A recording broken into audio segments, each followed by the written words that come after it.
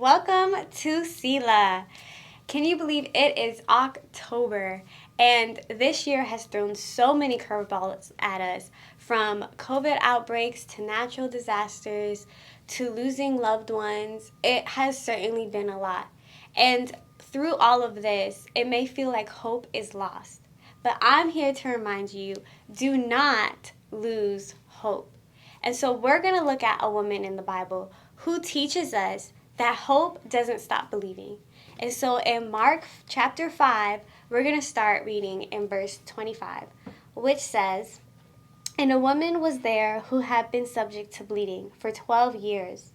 She had suffered a great deal under the care of many doctors and had spent all she had.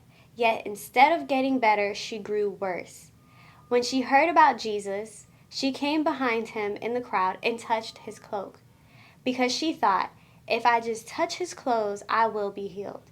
Immediately her bleeding stopped, and she felt in her body that she was freed from her suffering."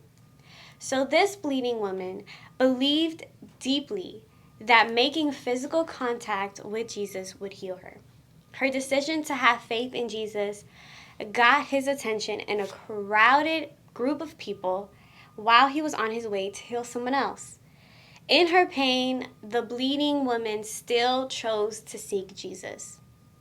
I have a question for you. When believing gets hard, do you turn away from God or do you seek him out? It breaks my heart to say that I have witnessed so many people who turned away from God when life got tough. And that is a lot of times what happens in society. It had been many years that this woman dealt with her bleeding, but she never lost hope. I know it can be hard to believe, but this woman teaches us that if she could just touch Jesus, that she could be healed. When pain clouds our judgment and tells us it's easier to stop believing, we must choose to obey and seek out Scripture, because Scripture is where God teaches us to hold on to hope. In 2 Corinthians chapter 5, verse 7, it says that we live by what we believe will happen, not by what we see. And so this verse exudes hope, and it gives us the courage to keep hoping when we want to quit. So what scriptures can you hold on to help you continue to believe?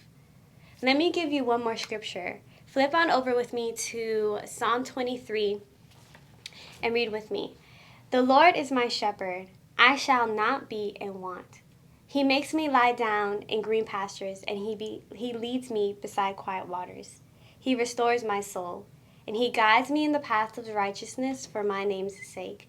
And even though I walk through the valley of the shadow of death, I will fear no evil, for you are with me. Your rod and your staff, they comfort me. You prepare a table before me in the presence of my enemies. You anoint my head with oil, and my cup overflows. Surely goodness and love will follow me all the days of my life, and I will dwell in the house of the Lord forever." So thank you for watching. And if you are here in South Florida, we hope to see you at our Family Fun Night October 31st, and to see you tomorrow at our drive-thru prayer. See you next time. Thank you for joining us. Make sure to like and subscribe and hit that notification bell so you won't miss the video. See you next time.